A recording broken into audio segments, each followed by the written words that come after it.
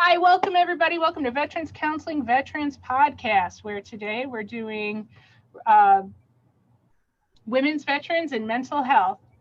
Today we're going to have a roundtable discussion with women veterans in mental health.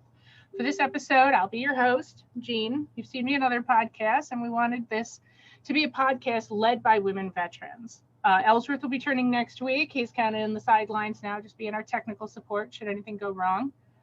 Don't forget to share and subscribe to see future episodes. The links will be provided on the Facebook Veterans Counseling Veterans Inc. So if you're already watching us live, then you're there. Go ahead and hit like down there and follow us, right? So welcome everybody. Thank you so much, ladies, for being a part of this today. Very important what we're trying to do here. And through discussions, we decided why not get some women veterans in professional careers. And the title, Veterans Counseling Veterans, let's talk to helping professions, right? So if we could just do a round table here, let's everybody introduce yourselves and a little bit about you. Everybody knows I'm Air Force myself. Whoop, aim high. So I think let's start with Kimberly. Why don't you go first? Hi, I'm Dr. Kim Kinsler, and I'm a psychologist and a licensed social worker as well. And I was in the Army. So I'm located in Tampa, and my husband and I own Kinsler Psychology. We have a staff of about 22 people and clinicians, and we do psychological evaluations, counseling, and medication management. Wow, that's a lot. Thank you so much for joining. You're definitely a powerhouse tonight for us. So thank you. See, Anna, let's take you next. I'm going to go in order where my screen shows you guys. Sure.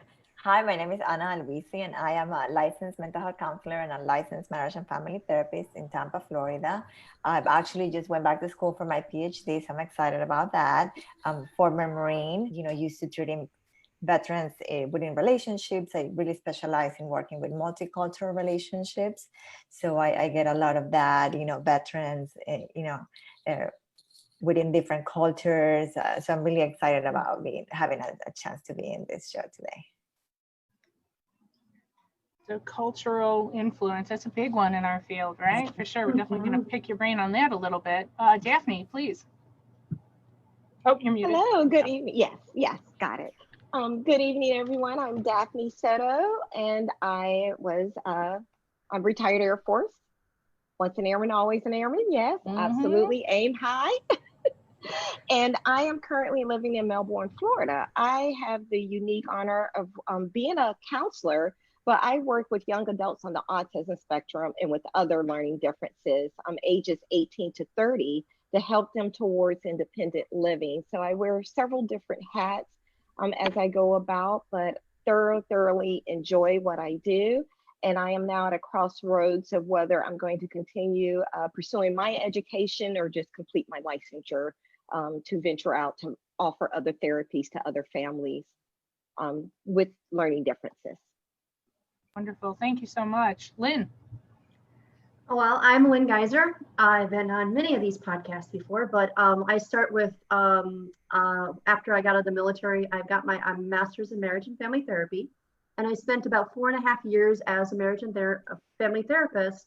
After that, I realized that I wanted to take additional direction. So I became an employment specialist. And from there, I actually ended up starting a nonprofit because of the status of the struggles where we see a lot of women veterans and things like that. So I wore many hats, but I think the passion really for me lies in helping women veterans on finding the self-sufficiency and financially helping them. And Army. And Army.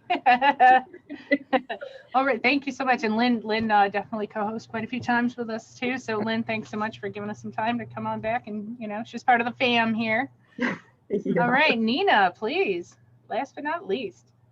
Hi, I am Arlena Brookins, known as Nina. I first want to say I am so happy to see so much Army on this panel. I'm in love with this panel now. I did it for you, girl. No. I'm a registered social work intern working in a substance abuse and mental health facility. My specific area of interest is families and adolescents. So those are the people I work with most. I believe that many of the issues that come up with adolescents have to do with families. So I have a vested interest in working in family therapy. I am interested in branching out to help young women postpartum, that type of area, but that's slow going right now. I've got to do what I'm doing, and then I'll move into the postpartum counseling, because that is, for me, also part of family therapy. We see a lot of those in women, those types of women. Yeah, it's really, really important. So I don't know if I mentioned, I am in Melbourne with Daphne and not too far from Jean. So we have a great network here. Daphne's also referred, I've used her for questions on working with my kids that come in with autism, and she's helped me immensely. And Jean is always a wealth of knowledge. So I am honored to be on this panel today. We appreciate you being here. Yes, thank you, ladies. I'm honored that all of you took the time out, carved it out of a very busy schedules, all of you, to be here to discuss all of this. So one of the thoughts that Tony and I had about this was to really just kind of connect with the women veterans specifically, right? Like what our journey is, going not only from the uniqueness, we're talking about microcultures, right? Microculture within a microculture, being women veterans and transitioning from the military. A lot of women get out, we're still mothers, we're still wives, we're daughters, comes with all of the roles within our family that we still have to continue as we transition, choices to make the next chapter of our lives and become professionals all over again. We've all climbed through the ranks in the military, and now we get to do it all over again. And then I wanted to, hopefully reach out to some of the women who might watch this in the future and hear that, like we're all, going through our chapters, and some of us have hit licensure and have developed agencies, PhDs, starting on, doctorates. I want to also reach out to the women who are just thinking now about, what do I do next? For myself, I've always had the dream of becoming a shrink. That's what I call it, the head shrink, right? I've always wanted to do that. Joined the military, couldn't pay for college. That's what the Air Force has to offer me. And then starting over and what that journey's like, to encourage and empower women who are there and are thinking about it. I love that topic, Jean, because when I got out as a single mom, I actually can relate a lot for that, because it was a stop of me. I could not relate. I had to stop. I never was able to relate to me. I was never able to work on me. It was a survival mode for about 10 years in my process. And it was to that point where it was, your child has to survive. You got to get into that process. And finally in 2015, that's when I 15 years later, finally said, it's time for me. And so I have gone on many journeys, and most of us have. But again, I see this in and out for many, many single women or women with families. I see this in and out every day. Absolutely. Lynn, go ahead. So for myself, I know I got out many moons ago. So I won't tell you when I got out. Many That's 2004. That. Many moons ago. Okay. And I had been I was in the Army. I was at Fort Hood, and when I decided to get out, I really didn't know anything about mental health. I just happened to have one of my friends in the barracks had gotten a bachelor's degree in sociology. And she said, oh, if you want to go to college and you like helping people, then you could do this. And I was like, oh, and I started looking it up. I had no idea, no idea whatsoever. So I got out, and my husband stayed in so I could finish school. And so I got a bachelor's, and then it's just like every step of the way, there's been like someone amazing there. So when I was doing my internship for my bachelor's degree, one of the social workers at the hospital at Martin Army at Fort Benning said, you know, you should get your master's, get a master's in social work. And I was like, oh, really? And she said, yes. So I was moving to Florida, and I was like, oh, let me look it up. And wouldn't you know, USF had it. So then I went to the school, then I went and worked for the school board, went to the pre-K assessment team, and I was like, oh, this testing stuff is kind of cool. I like it. And I just had a lot of support. And my boss at the school district said, if you want to go, you know, you guys, your team is just fine. As long as you get your work done, go to school. And so I left. I just kind of slid out of the office every day and went to school until I had to resign because I had internship. But every step of the way, it's just been, you know, very supportive. Very supportive. So I would say, you know, thank God for the GI Bill too. I have student loans, you know, unfortunately. You know, that's funny that you say that because I think that also thank God for the GI Bill. I actually got out in 2005 and I actually completed my master's about 10 years ago. And I've been, you know, have my licensure and been in private practice for so long. And it just happened to be that, you know, at the end of last year, I was like, you know, maybe I need to go back and do my PhD. And I still have my GI Bill to cover for like yeah. I cannot believe it's like the GI Bill that keeps on giving. And you know, when I went to USF, at USF, I still had my GI Bill. And then they had this grant program. And I applied for the grant program, and that took care of all of my masters. Wow. And I still had the GI Bill. And you all are bringing up valid points about the resources for us to be able to go and complete. Because I want to go back to what Lynn was saying as well about that journey. This journey is still ongoing and evolving for me. And I had a plan. I did 25 plus years in the military and then retired, took a little sabbatical, I'm going to say, for a couple of years, and then to move on. And I know I was getting piecemeal of information from everyone. You can't do this, you can't do that. So for me, it started with, I was seeing other women and other men talking about, well, I don't know what I'm going to do, this plan. So I had kind of started a little bit earlier. And I remember someone telling me, well, you won't get voc rehab because you already have a degree. And I'm like, well, I don't know if that's necessarily true. So I went to voc rehab and they actually finished paying for the remainder of my master's. They will help facilitate with your testing for your licensure. They helped me get everything. And I was able to use my GI Bill for my kids, if you will. So my other two children have gotten their college education. My middle daughter, she's finishing up her master's degree now. My son is currently in the Air Force. And then I have a 16-year-old. So using those resources, and Dr. Kinsler, like you brought up the whole idea of grants and looking for those things. No one really told me about that part of it. I was like, yes, and applying for scholarships while you're in school. I was like, heck yeah, I can do that. And so taking advantage of those. It's funny because I actually have, we see women veterans just be able to utilize the GI Bill or the student loans just to live. Because they're struggling, and it's a savior for many people. But the ironic thing, when we're all talking about master's degrees and things like that, I go back when I first started, and I don't know if it's a funny story or not, but I entered the active duty in 2001, and I didn't see myself as a college student. I didn't see myself going to college at that time. None of that stuff. Well, what they did is in 2001, this is the time that they offered a free laptop and free printer. Well, that was the only thing I wanted was a laptop and printer. Whatever motivates you. A paralegal degree and a master's degree in marriage and family therapy. So I couldn't stop. That's amazing.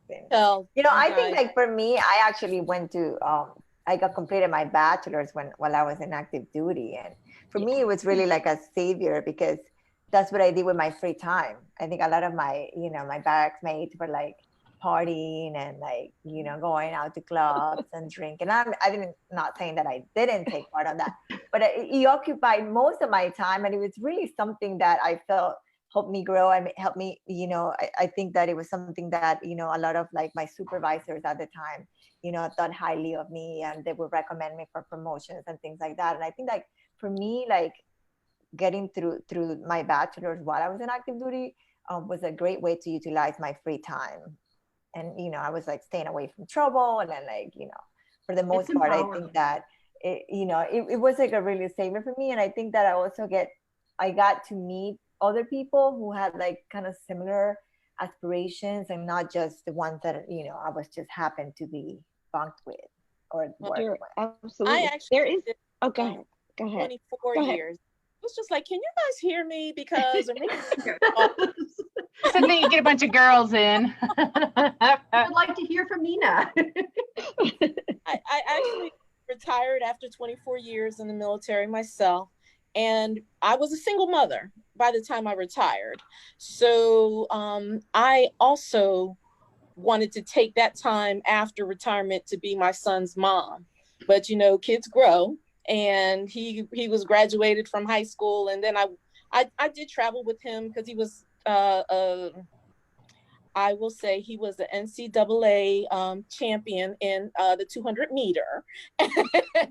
So I traveled with him while he ran all over the United States. Proud mama moment. Yeah, proud mama moment. Mm-hmm. But I found out after he was finished with school and he went off to do his thing, that I didn't have a life for myself. And I was bored and I didn't have anything. So luckily I worked at DOME. I worked at DOME with Daphne, the Defense Equal Opportunity Management, where I learned to work with people, to listen to people, to not to be less judgmental, because everybody has a story. And I was already a pretty empathetic person. I'd always wanted to work with children. So next comes the revolving door to talking to Jean, because I'd started out with the psychology degree. And then I wasn't quite satisfied with psychology at that time, because I felt like I was going to be in school too long. And I did say I'd been in the Army 24 years, right? Plus another 7 years rolling around with my son. So I was like, I'm old. I am too old to sit here and just be in school for another 5 years and not work. And that is the conversation we had. Yes, I remember. I was an intern. I was still getting my master's degree when I met Nina here, and she's just like, I don't know. And I'm like, okay, you keep asking me these questions, I'm gonna see you on the other side. And here you are. Here you are. Psychology and went into social work, and exactly here I am. My story isn't quite as smooth as all of yours, because the post 9/11 bill kind of changed, and I went to a private school. I went to University of Southern California and so my money ran out for a semester. So I attempted to go to use Voc Rehab. And of all things, Voc Rehab told me that they couldn't help me.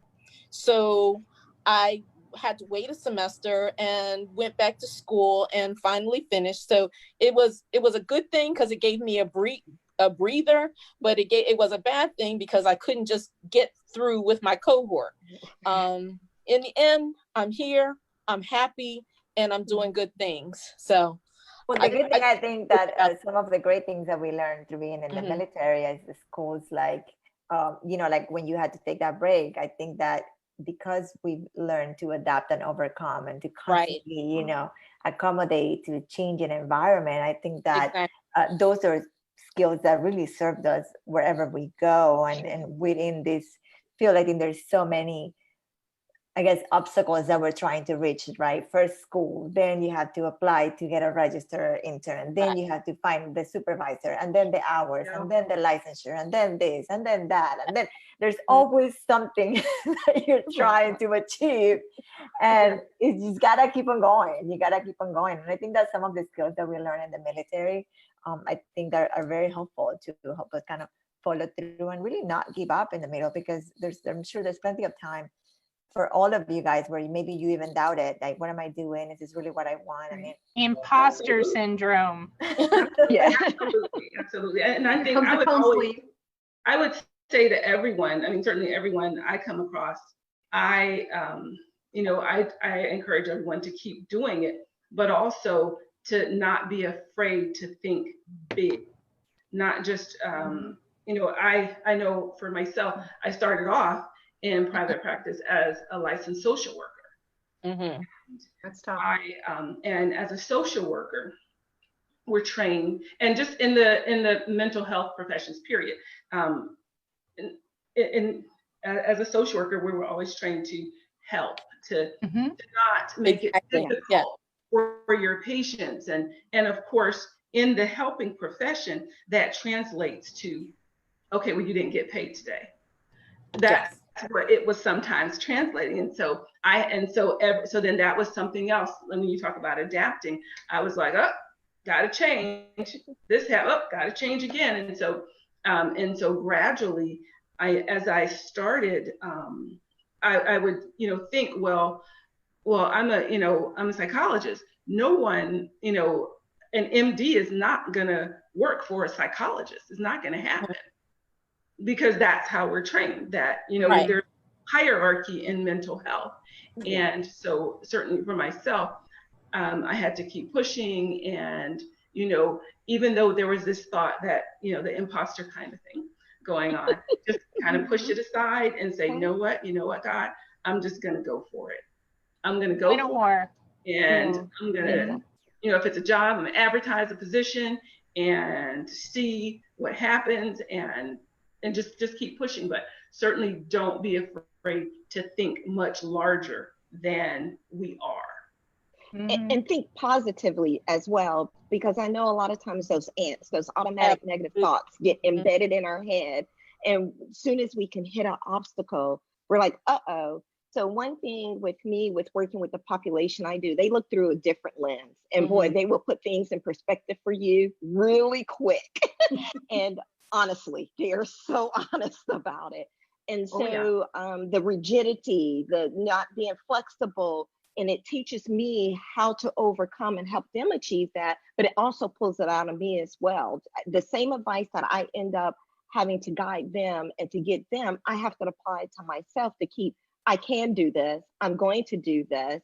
Arlene and I, we've had that talk several times. I'm like, why am I doing this? I'm retired. I can just sit back and relax. This is the plan, do nothing. But then all my friends are also in their 40s and 50s. And then my friends were becoming 80 and 90-year-olds in Florida, hanging out. And I was like, okay, I guess I'm a little too young to retire altogether.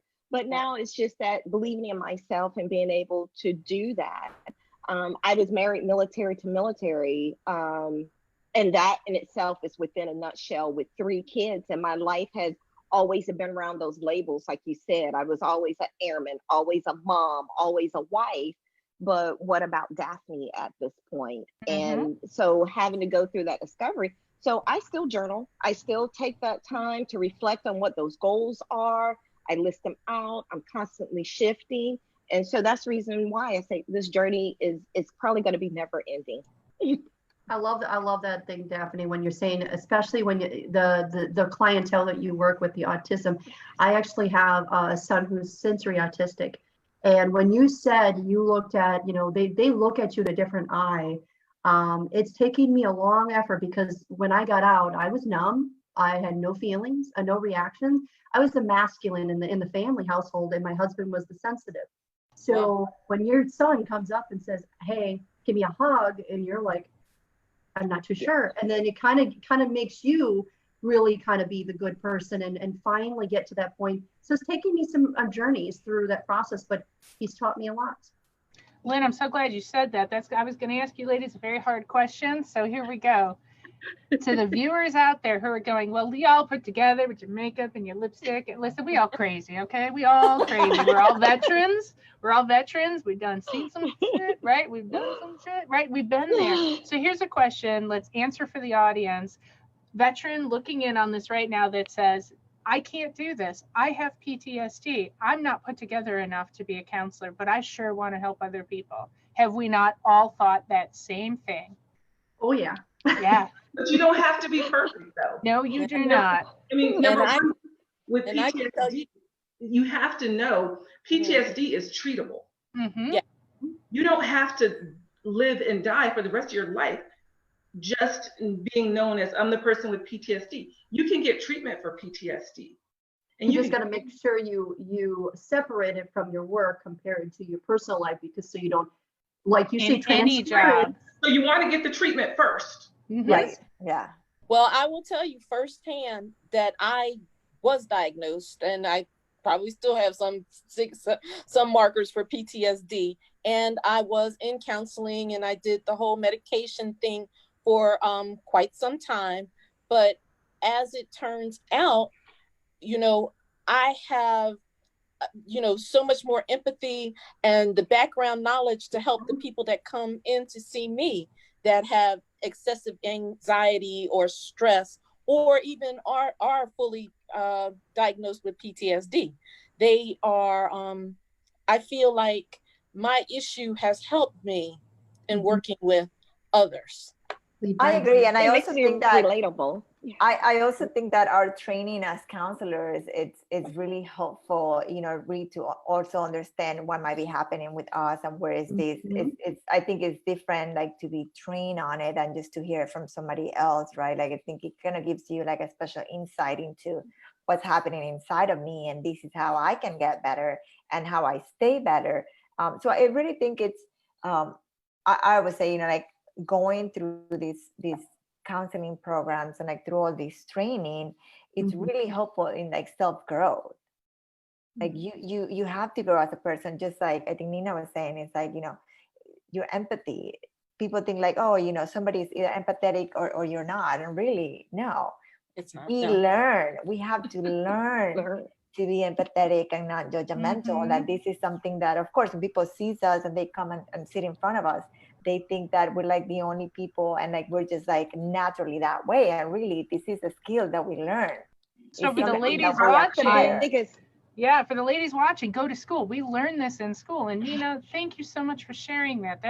I mean, you really, that's vulnerable right there. So thank you for opening up and sharing. Say, listen, this is my journey, and you too. I know, and and we all have challenges and struggles in our lives that I think that we have to face. And like, that's why I think like kind of going through this training also, it's a reinforcement of doing that. Of course, counseling and therapy, absolutely, we need to get the treatments that to get better, but also understanding and that background, I think, can also be an ally for us in our well-being and our self-growth. Yes. I also had to learn how to be a civilian again. For me, that was a lot of it, and learn not to be so military sometimes. And I gave up on that. And I think that's the reason why I relate so well to my population, because I can just be as blunt and I don't have to think about it. But then I have to remember, like, oh, I work with other people. They're not accustomed to that. And so learning how to do hair, how to put on clothes, how to apply makeup. So those are all part of our socialization as well. We've been socialized one way for so long, whatever that may be. And so a lot of people are like, well, how do you teach a social competency? Well, I have to go out and experience. I put them in that moment and we just do it sometimes. Yes, I can give this background and all these theories, but sometimes we just have to do it.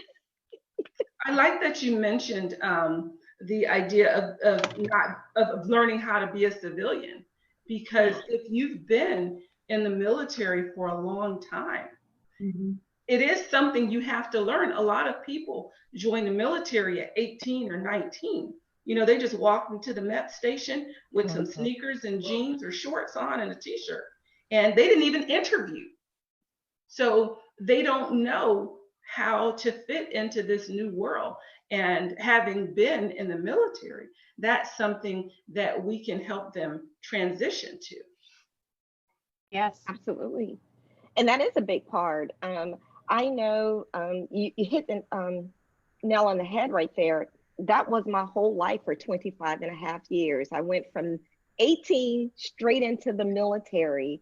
And then all of a sudden you leave and you're like, okay, now what? What do I do now? Yes. And it was like, uh-oh. And so to have to go out and discover and to be with other people. So although I did as much as possible to surround myself with other military women, I also had to step out and surround myself with people who don't have that affiliation as well. And it was completely out of my comfort zone. And a lot of times, like, oh, they're too sensitive. All they talk about is this. All they want is this. But then I was being a little judgy and not open. So I said, okay, I got to take these blinders off and these barriers off and say there is more to life than just that. And so how do I move forward with that and engaging with others? So I try to engage other veteran women as much as possible to let them know there is more out there. You may just have to step outside your comfort zone. So even if counseling is not your forte, you don't want to be a counselor. What do you want to be? What do you want to do when you grow up? And let's talk about that as we transition to these different aspects of life. Yeah, I think that it's also important to look for organizations. I mean, I love, like, for example, veteran counseling veterans. I mean, have that resource. I mean, I know when I thought about joining this profession, I didn't know anybody who was part of this profession. Like, I had no idea how to go from A to B, or like nobody. But now I think with so much information at our fingertips, we have access to these organizations that are resources for us. And I think that we need to take advantage of that and staying informed, because there are people out there like that are willing to help or share information with you, and to help you figure things out and maybe keep you from making some mistakes or save some time here and there. And our military background, we're teams. We learn to be a team so very quickly by reaching out to other women veterans who have gone through it, are going through it, thinking about going through it. We immediately build a sisterhood and a team-based network where we don't feel stupid asking questions, because the military teaches us, right? If you don't ask the question, the wrong people die, right? So ladies, I'm gonna shift for 2 seconds. We got some great questions coming in from Facebook. So let me just throw these at you. One of them comes in from Carol, is asking, what are the advantages for women to join the military? Build your confidence. Good one. Big one. In all the standard ones, for the ones for everybody, paying for education, it teaches discipline, and there are so many benefits to the military. You get the discipline, you get the structure, and then you get all the perks. I would say larger view. For me, I think that joining the military really was an eye opener. When before I went in, I had just turned 19, or no, I turned 19 when I was in like basic training. But I was so afraid of speaking out. Like, I speak really quietly. I'm like super shy. If you met me now, you wouldn't know that about me. I'm still totally an introvert and really shy, but I learned to turn that on and off as needed, because when you're in the military and you're put in these positions, or you're like, have to represent, or you have to go out and speak, and your job, like, I remember my job, I was admin, but I was Q&A, and my job was to give trainings.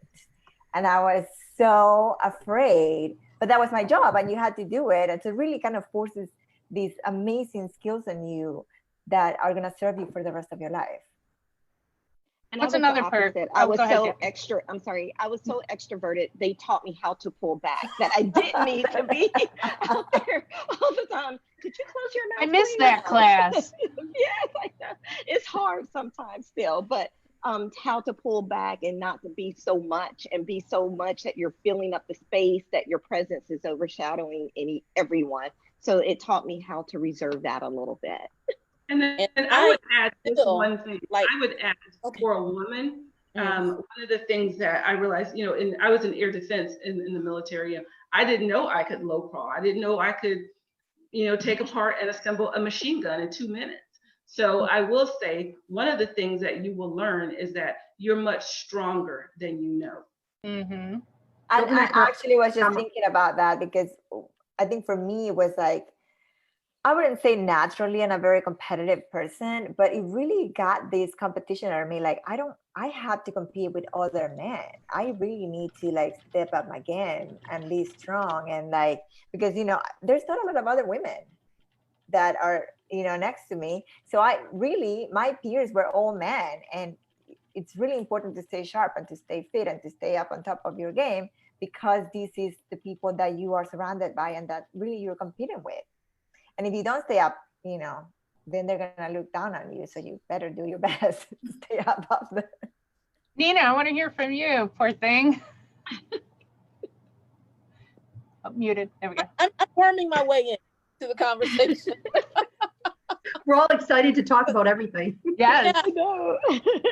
So I'm agreeing with everyone. And, you know, with Anna, I started off as she said, very shy and introverted, and no one would know that now. And especially that I am still a person that does not like being in crowds, does not like talking to people. I prefer being by myself, but no one ever believes me. I don't understand. So Great the military comments. brought that out in me. It helped me know situationally, you turn things on and off based on, you know, what you have to do at the time. Yeah. You know, when I think about answering that question, what are some of the benefits of joining the military? It's just what I think of, like, there's no downsides. There's, there's just I have so zero much regrets. exposure to things that you can take on for the rest of your life, whether you join for one, term, like 4 or 5 years, or you stay there for 10, or you make a career out of it. Everything that you learn in that time, it's going to serve you for the rest of your life. When we talk about, like, we're talking to all as counselors, but when I think of other people watching, I think of people like, I'm struggling, how do I get to that point? Or what are some of the struggles that you face? And that's kind of where I'm like, I want to hear more of that. And I don't know if I'm being personal about it, but I'm like, what are some of the things how did you get to that point? I guess that's what I would have wanted to hear as a side person that's listening. Because being a counselor is a tremendous reward. How did you get to the point of how did we get to the point of having this career? Laura, what are some of the things that you might have struggled with, or some things that, because a lot of these women are looking at, okay, I want to become a counselor, but some of these things, you guys are making it sound like it's so easy. I mean, the way we dress it. So what are some things? And I know it's not easy because I've gone through it myself.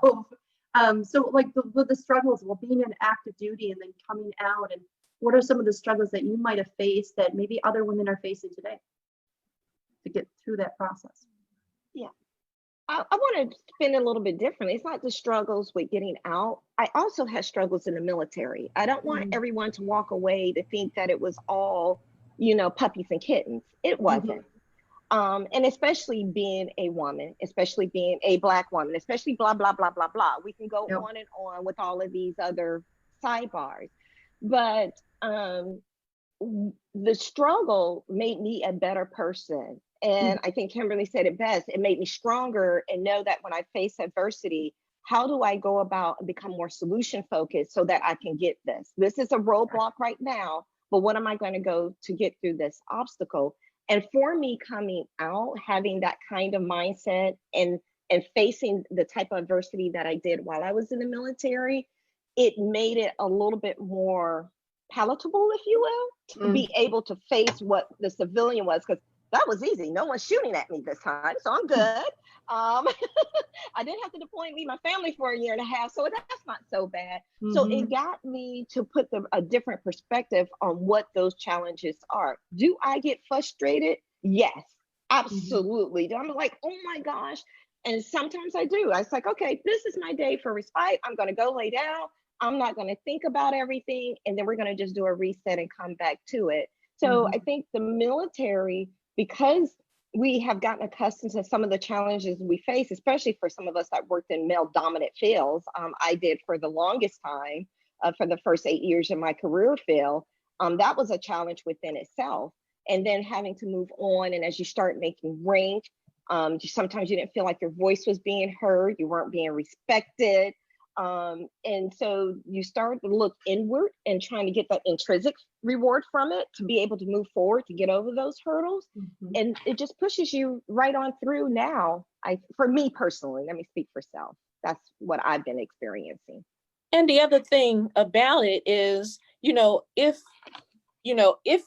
people are getting out of the military and they don't quite see it the same way as you, Daphne, the other spin on that is, how many people have done this before you? What makes them so special? You have to realize that you have all the tools that anybody else has. It might be a little bit more work because Lord knows I was up late studying. I was I was up late writing papers. It was difficult for me, but I made it through.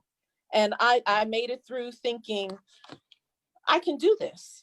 I can do this. So be reflecting on yourself and knowing your strengths also helps you get to where we are now and even further, because Kimberly, I'm headed your way, but I'm trying to get past my fears there. I think that's something that my sister and I, we both joined together. She's a lawyer now, and I think that we're best friends, and something that we always say, it's a saying, if we went to the military, really we can do anything. So it's like I always kind of compare, like, if we went through basic training, we went through all of that.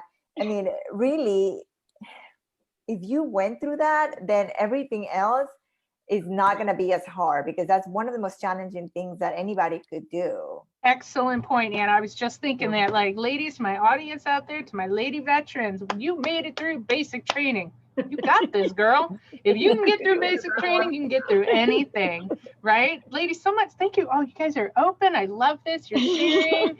And this is what we do, right? We're just a big family. We're just a big team. And we're always open to, expressing if somebody wants to, like, if they're trying to become a counselor and they need their internship and all of that, Veterans Counseling Veterans is what we're here for. Please, hit us up, ask questions. Predominantly, we're here in Florida. So if somebody's watching outside of Florida, we'll answer what we can, or maybe help lead you in the right direction on what you need in your own state.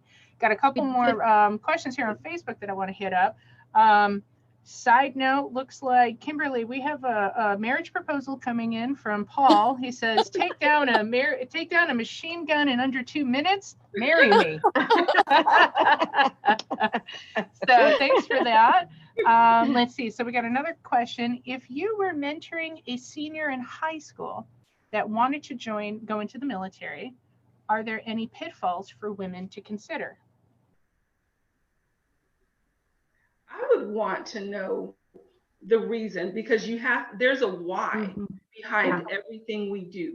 We don't have random behaviors. So if you want to do it, that's just fine. I did. But you want to know why you're doing it. Because if you don't understand why you're doing what you're doing, then when it gets hard, like we talked about making it through basic, when it gets hard, you're going to want to quit. So don't make it for the bad reasons, the wrong reasons, right? Gotta have the why. Yeah. So goals. Yes, I like that. My whole idea of coming in the military, I was just going to do 4 years, get my GI Bill so I can pay for college. That was my whole plan. I was like, yes, this is what I'm going to do. It's going to be so easy, just going to go for it. And then 4 years went by like that. And I was like, probably didn't plan as much as I wanted to. And then I end up meeting my husband. We end up having a baby. And then next thing you know, I'm in 20 plus years. And I'm like, when did this happen? How did it happen? Why did it happen? So I think you hit it right on the head, Kimberly, that why was important. I went in for one, but it doesn't mean that's not going to change and evolve over time. My whys were different, and I had to continuously evaluate that. I knew nothing. I first went to the Marine office. I was going to join the Marines first. That's what was my first. But the recruiter was kind of mean. So I went over to the Air Force, and that's how they got me. He was like, he acted like he was too busy to be bothered with me. So I went over to the Air Force, and I just know I needed something differently than what was promising to me. I'm from Columbia, South Carolina. And so, I graduated in 1990, just small town, not a very progressive area at that time. I just know I needed a different perspective and worldview and a way to pay for college. And I've gotten so much more besides that and beyond that. And if you look at pitfalls, wherever you go, whatever road you get on, there will always be pitfalls and stumbling blocks and walls or whatever. Just as Kimberly said, you have to realize your why and keep yourself on that road and keep yourself dedicated to doing what your ultimate goal is. That's the way you have to look at it. I agree. And I think something that you know, for the military, I mean, something that I also think that I've learned for myself, and maybe you ladies might share some of this experience, is like, you don't realize how strong you are until you go through it, right? So like when you think in terms of like, oh no, that might be too hard, that might be too scary, where yeah, I mean, it's not going to be easy because nothing is easy, like you guys were saying. But when you get through it, you might look back and say like, wow, I made it through that. And yeah, it was hard, but you know, after I did it, it wasn't that bad. So I think that sometimes we don't know how strong we are until we go through something, and then to learn how strong we are is kind of part of that process. So it's important to know that, you know, why do you want to go through it? For me, it was just like Daphne said, it was like college. You know, no, I didn't have any money to pay for college. None of my, I don't know why, but my school counselor didn't think that I was going to be interested in college. So like nobody ever talked to me about it. So I was like, you know, what are my options? This is my option. And I wouldn't regret it, you know, for anything. Like even if I had the money to pay for college, like I would choose that route because what I got from it was so much more. When I think of mentor, I'm sorry. When I think of mentoring, the first thing I think of, and this is a beginning of when you first thing I think of mentoring is make sure that person passes the ASVAB with a high score.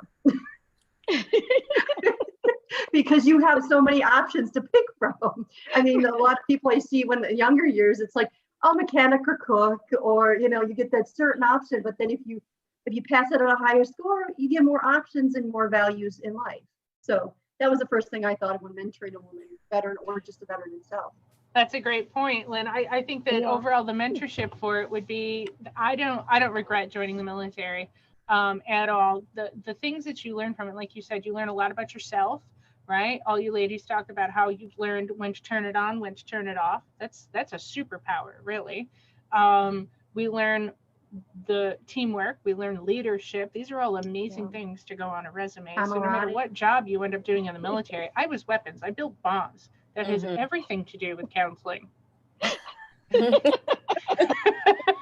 You know, so but I learned technical order data. And I'll tell you, when it comes to becoming a counselor, right, how often do we hear our civilian counterparts getting so frustrated and they're so confused when it comes to reading the regulations and state regulations, where we're like, I've read government forms forever now, this is a piece of cake, you know? And we develop a team, and you are part of a family, and you are part of an amazing culture. So as we're wrapping up here, got about 10 more minutes to go, and ladies, stay on afterwards. Tony wants to do a 5-minute hot wash. When we're looking at developing as counselors, what do you think, if you could pass on a nugget of information to the lady who's sitting there who doesn't even have her associate's degree yet, but thinks, I want to be a counselor, and I say, go for it, sister. We all started there. We all walked in that first day of school, no matter what it was, any masters of our field, we went to school to learn this stuff, So if you think you don't know anything about it now, well, good. You're not supposed to. That's what school's for. Oh, I'm sorry. I get one question every time when I go through that master's degree. I've gotten my master's in counseling, marriage and family therapy, and marriage and family therapy and social work come sometimes collide, the independence of a counselor or a social worker. And what I did not know at the time when I went through it was the independence. I didn't want to be independent as a marriage and family therapist. I wanted to be in a job setting, in an organization or a group, and that's not what I fell under. And why I say that marriage and family therapy. So I went into independent practice and worked under an organization, stuff like that. But if I would have gone back, I think, and I love my experience, but if I would have gone back, I feel I should have done social work. Yes, so, and I would echo, as a mental health counselor, I wish I would have researched more exactly what those pathways were going to be and what I was looking for. I was active duty when I was on this path. So it was like, oh, they have something that has counseling in it. Let's go for it. And looking at those accreditations, what they mean, certifications, and really mapping out, where do you want to go with this? I feel as a mental health counselor, my pathway is a little harder. So I'm working with an agency now because it's easy. But Jean and I, and Arlene and I, we've all talked about that journey on private practice. And I think I would have gone the pathway of being a social worker beforehand. And I was on that pathway and then changed because of, again, PCSing, the ease of being in the military and what program can go with me and transfer. And that's why I was saying earlier, like how important it is to reach out to someone, you know, who maybe gone that route and like go through the organization, because the resources are there for you. A lot of people don't know what the differences are between all of our professions. I would say, you know, people walk through my door all the time. They have no idea. Like the consumers have no idea what the difference are. And even for me, when I was looking into it, I had to research it and looked at it. And like, you know, I don't regret my choice because I felt like I did enough research about it. The average person has no idea what the differences are. So it's important to find, you know, people who has walked through that path to kind of like get you an idea. So then you can look at it with like a more, you know, experienced eye and say, hey, is this really what I want? Right. And I'll say this from the counseling perspective, if you're getting your associates or your bachelor's, if you're getting your bachelor's, now's the time to start doing this research, because so you can pick the right masters for you. But if you're just at your associate's, bachelor's, don't panic. You have time, right, to research what some of what we're talking about here in the technical. Maybe we should have another podcast in the future to get technical on if you're going to be in private practice, what insurances are you going to take. I would definitely recommend taking some business classes if you want to go private practice. I will tell you, being a private practice practitioner, it's lonely. So I've decided to start building a group so I can have friends here in the office with me, have lunch with. Who are your friends? Tell me. When I was doing my bachelor's internship, and I was asking about graduate school, and the person that was supervising me, I said, oh, well, you know, there's like a master's in sociology, counseling, social work. And I really didn't consider the social work, honestly. But she said to me, no, get it in social work. She said, it's 2 years, do social work. And I was like, well, why? I mean, if it's 2 years, does it matter? And she said, yes, it will matter in the end. And so, you know, coming to Tampa, USF had it. But then in my decision to go back and get the psychology degree, that just added to it. So I went ahead and kept both licenses. But I will say in private practice, oh my God, that's just having to build gradually like this. So we're, you know, getting ready to go out of state now and, you know, have a third office out of state, but it's been a journey, and there's a lot. I would love to like teach a class on the business of mental health. Kim, you and I should sidebar on that topic right there. I'm actually trying to do that. Yes, because so many, I mean, especially as veteran women, we're organized. We are more organized than, you know, we realize. For us Air Force veterans, I love my binders, right? But because we're so organized, because we're so quick to work as a team, we get a lot done.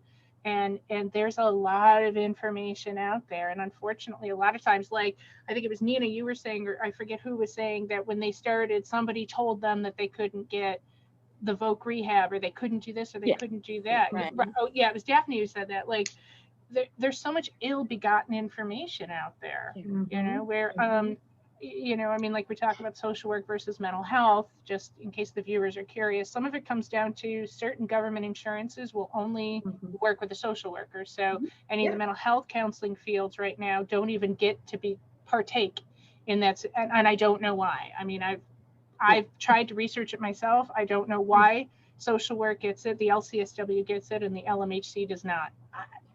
I don't know.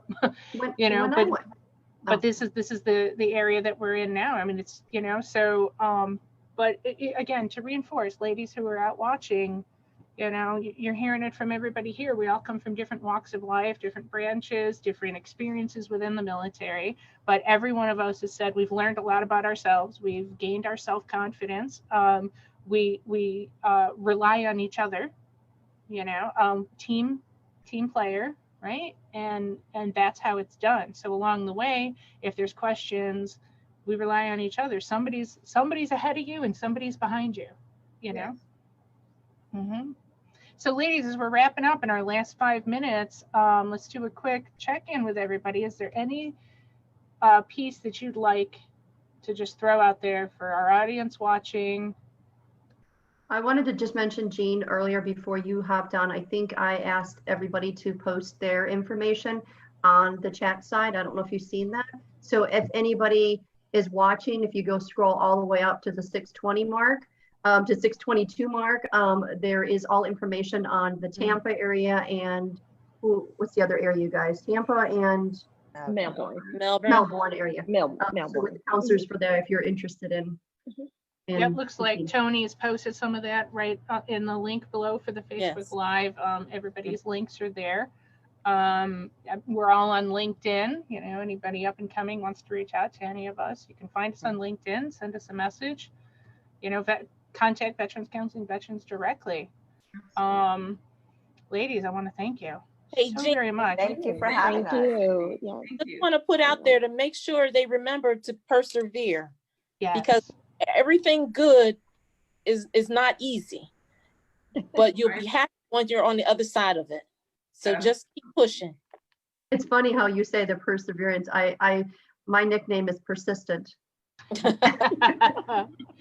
Yeah, and let me just point out, like, you guys you've raised families. Some of you got out of the military. You know, Nina, you got out of the military and then you finished pushing your son through school to be the best he could be, and he's a wonderful young man. You know, you should be very proud of him. You are very proud of him. I am. And yeah, you know, and then you were like, you know what, now it's time for the next chapter. Maybe I will go back to school. And let me say, so like with Lynn, she made it all the way through school. She did her residency, she did her internship, and she took a break to raise her family. She's not currently licensed. She's not currently practicing. She decided to open a nonprofit instead. She's dabbling with the idea of going back or just continuing this chapter. And the great thing about going through school is now you have the education background. Everybody learns something from school. You know, we've all learned things about ourselves becoming counselors. We've learned how to manage our own PTSD. And then, like you said, Nina, we can definitely help others. And that's all part of it. Like the journey, nobody can take an education away from you. I don't care if you have a degree in zoology or underwater basket weaving. You know, My husband always tells me that, because I always question, should I go back? Should I not go back? Should I go back? And every time he says that, he says, there's a reason why you went through this process to help others in the nonprofit or whatever journey you're taking next. And that's where it keeps me going. And I also want to say that, you know, within, you know, us being veterans and help, it's important because veterans are going to gravitate towards veterans, right? So like, you know, whenever you are in the field, whenever you do get through the process and complete the education and on the licensures and requirements, you know, there's people going to be looking for you because you are a veteran. So I think that, you know, that's how we keep connected, and there's plenty of clients out there for everyone. And we need more veteran counselors. We absolutely need more veteran counselors. Right. We definitely need more female counselors.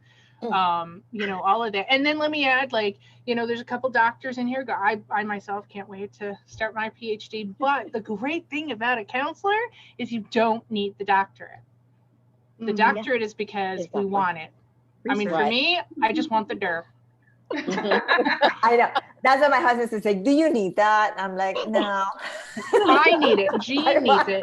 Yeah, Jean wants it. Jean needs it. I want it. You know, and I also want to say, like, I can't tell you how many times it's happened to me, especially when I get clients who are veterans and they're male veterans, and they come to me and they learn that I was a veteran prior to coming to see me, or they learn it through our conversation. I always get like, wow, I have a higher respect for you now.